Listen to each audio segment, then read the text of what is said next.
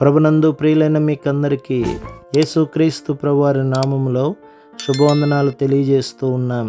దైవ సేవకులు బ్రదర్ భక్త సింగ్ గారి పరిచర్యలో నుండి అలసిన వాణిని ఓరడించు మాటలు. డిసెంబరు 27. ఆత్మ వలన ప్రతి సమయమునందును ప్రతి విధమైన ప్రార్థనను విజ్ఞాపనను చేయుచు ఆ విషయమై సమస్త పరిశుద్ధుల నిమిత్తమును పూర్ణమైన పట్టుదలతో విజ్ఞాపన చేయుచు మెలకువగా ఉండుడి. ఎఫెసీ పత్రిక 6వ అధ్యాయం 18వ వచనం. నెహెమ్యా గ్రంథం 4వ అధ్యాయం 1లో శత్రువు దూషణ హేళనను ఆయుధములను వాడినట్లు గమనించుదుము.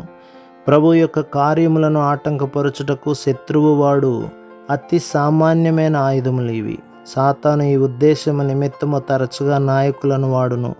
నాయకుల నుండి వచ్చు హేళన దూషణ ఎంతో బలముగా దేవుని కార్యమును పాడు చేయును. సన్బల్లుటు మరియు టోబియా యెరూషలేములో మంచి స్థానములో ఉండుట మాత్రమే కాదు గాని విస్తారమైన ధనము కూడా కలిగి ఉండిరి. వారు తమ స్థానమును బట్టి భూములను బట్టి అధికారమును బట్టి ధనమును బట్టి గర్వపడుచు దేవుని సేవించుచు విధేయత చూపించు వారిని ఎగతాళి చేయుటకు భయపడలేదు. ఈ విధమైన కార్యములు కొన్ని సంవత్సరముల క్రిందట నుండి జరుగుచున్నవి. ఎవరైతే పాఠశాలకు వైద్యశాలకు మరియు ఇతర కార్యాలయములకు అధికారులుగా ఉందరో వారు ధనము అధికారము ఉన్నతమైన స్థానమును బట్టి మత్తులైందురు. వారు నీటి బాప్తిస్మములో సాక్ష్యం ఇవ్వగోరిన వారిని నిన్ను ఎవరు పాతిపెట్టెదరు, నిన్ను ఎవరు వివాహము చేసుకొనెదరు, ఎవరు నీకు ఉద్యోగమునిచ్చెదరు అని ఎగతాళి చేయుదురు.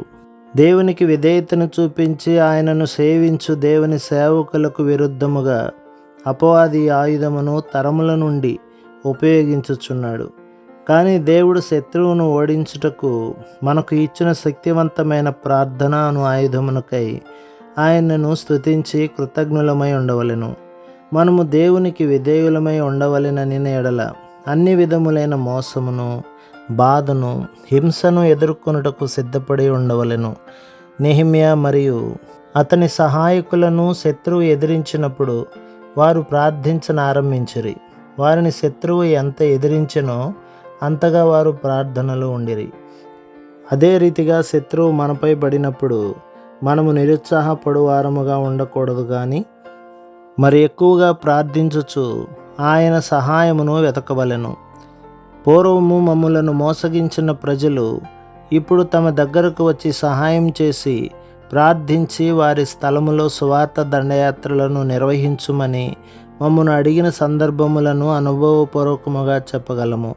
మనము ఓపికతో ప్రతి విధమైన మోసమును ఓర్చుకుని ఎడల ప్రభు తన స్వంత సమయములో సహాయము చేసి మనలను వారికి ఆశీర్వాదకరముగా చేయును. మనము కేవలము పరలోక దర్శనమునందు నిలిచి నిత్యము ప్రార్థించుట మన బాధ్యత. కొన్ని పర్యాయములు శత్రువు విశ్వాసుల మధ్య దేవుని కార్యమును ఆటంకపరచుటకు వ్యాజ్యమును కలహమును తీసుకుని వచ్చును. మనము ఆత్మలో ఐక్యత కలిగి ఉండు నిమిత్తము మరి ఎక్కువగా ప్రార్థన చేయవలెను. శత్రువు దేవుని ప్రజలపైకి దేవుని దాసులపైకి ఘోరమైన విరోధమును రేపును. శత్రువుపై విజయమును సాధించి ఓడించుటకు మనము ప్రార్థనలో ప్రయాసపడు వారముగా ఉండవలెను. ప్రభు మిమ్మును మీ కుటుంబమును మీ సంఘమును దీవించి ఆశీర్వదించునుగాక. ఆమేన్.